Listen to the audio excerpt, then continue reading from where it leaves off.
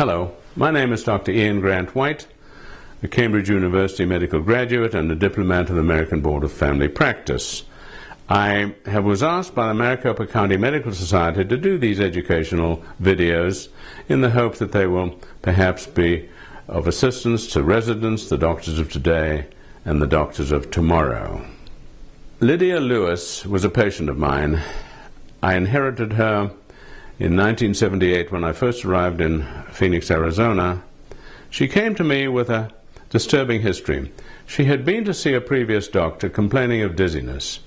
Lydia was examined by this doctor. She was left perched on the examining table, and having done what amounted to a very thorough examination apropos her dizziness, the doctor turned around and left the examining table, leaving this dizzy little lady perched on this examining table. She tried to get off, but she had a dizzy spell when she was getting off the table. She fell. She fractured her left shoulder joint into smithereens, and it resulted in permanent disability.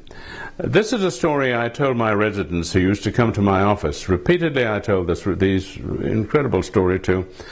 And one day at the Phoenix Baptist graduation ceremony, a doctor tapped me on the shoulder and said, "Thank you, doctor." I said, "What are you thanking me for?" He said, "Well, I had a patient who was dizzy, and I was in the examining room with her. I'd finished the examination, and I turned around, and just as I was about to leave, I remembered your words of wisdom, turned around, and helped her off the examining table." The next case is something that not too many doctors are going to experience this. Anyway, I had a wonderful patient. He was John O, we'll call him. He suffered from chronic obstructive pulmonary disease, and during my examination of him on one occasion, I felt his hand crawling up my buttock and massaging my buttock, and I took his hand gently away, and I said, "John, old chap, you know I'm not into boys."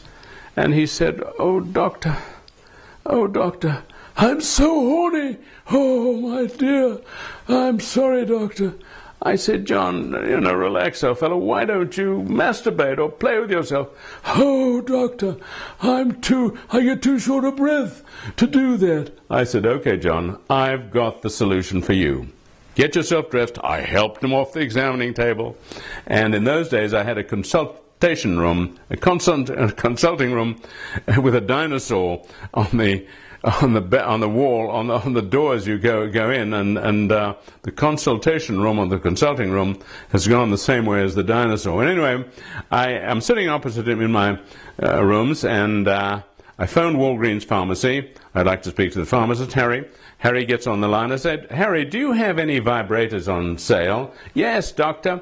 They're twin speed, $19.99. I said, "Right on, man. Just put them in a brown paper packet and let my friend will come and pick them up momentarily."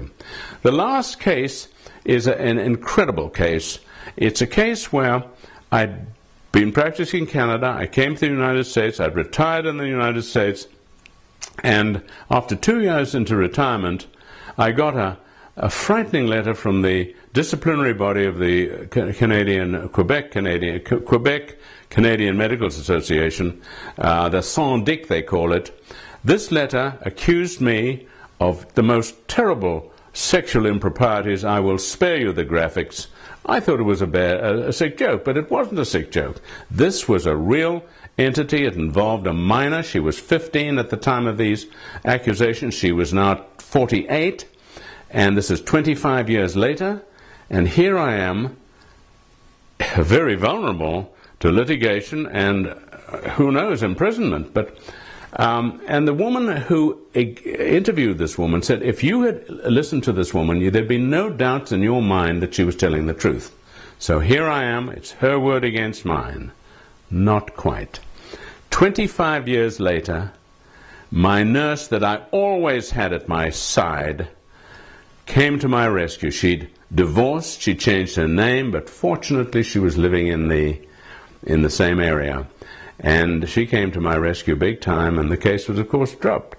And this is the moral in this story is doctors must have a woman present, or a nurse present, or someone present when they do pelvic examinations or breast examinations.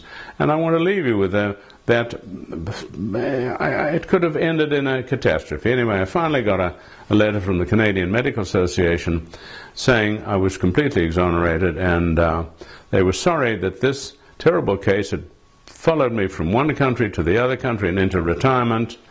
So my advice to doctors, residents, doctors of today and doctors of tomorrow, beware. You must safeguard yourself and the patient. Thank you.